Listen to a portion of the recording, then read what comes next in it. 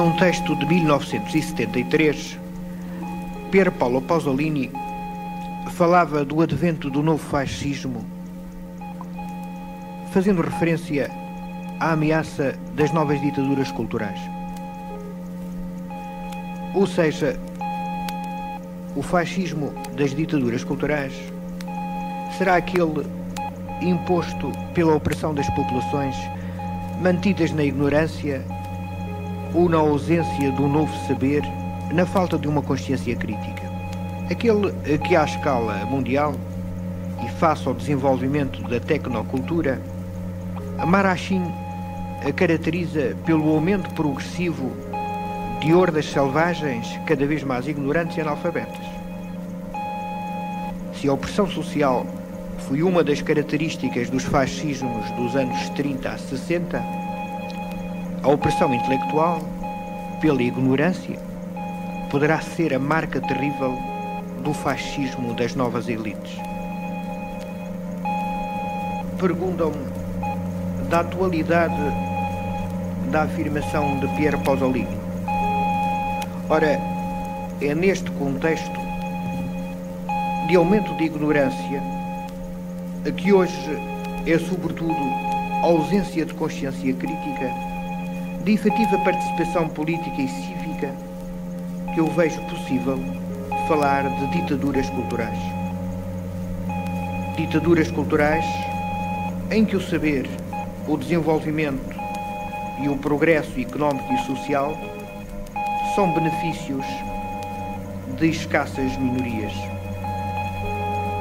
Neste campo, as assimetrias entre os que sabem e os que não sabem são cada vez mais acentuadas.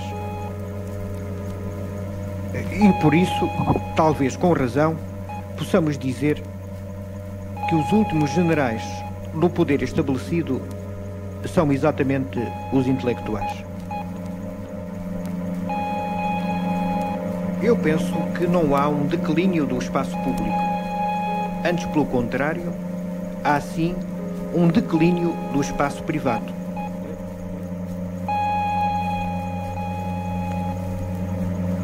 Os meios de comunicação social trazem o público ao privado, mas também levam o privado ao público.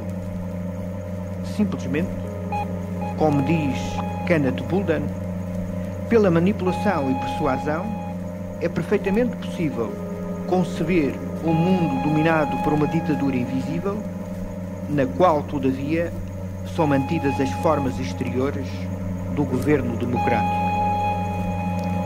O problema, portanto, quanto às democracias liberais, é este. Em que medida é que a democracia é aparente ou real? Em que medida é que as democracias políticas, bem geridas mass-mediaticamente, por artifício e ilusão, conseguem esconder aos menos conscientes a inexistência de democracia política ou social, política ou económica, democracia política ou cultural.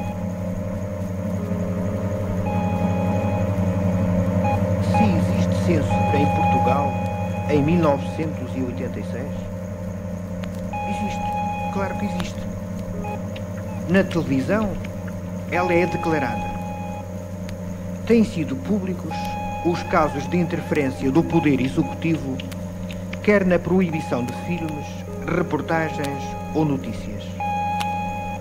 Nos outros meios de comunicação social, principalmente na imprensa escrita e na rádio, creio que a censura que existe é sobretudo aquela que eu apelido de censura oculta, ou seja, aquela que é exercida no tecido social pelos vários grupos censurantes, através de refinados mecanismos e formas indiretas.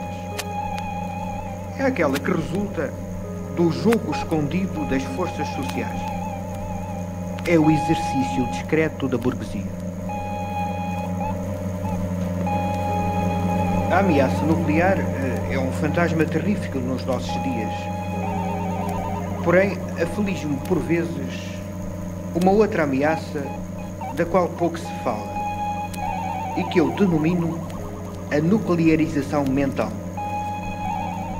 O mundo cada vez mais dividido entre os que sabem e os que não sabem, entre elites informadas e massas desinformadas. A opressão pelo saber. A ilusão dos anos 60 foi a possibilidade de uma luta que conseguisse o bem-estar social para todos. A ilusão dos anos 80 poderá ser a de uma luta que torne possível a liberdade para cada um. A igualdade de todos é um mito, mas a garantia da diferença de cada um é outro. Os governos das democracias liberais garantem que querem garantir a liberdade de cada um ser diferente. Mas, num e noutro caso, o que está em causa não é o direito de ser livre, não é o direito à diferença, mas sim as condições para gozar o direito de ser livre, para poder ser diferente.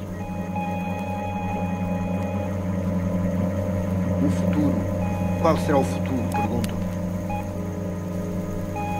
Bom, se por um lado, como diz Leo Shea, o surgir de vários fascismos é uma constante da nossa civilização, por outro, não é menos certo que é sempre possível esperar e fazer uma nova revolta dos escravos.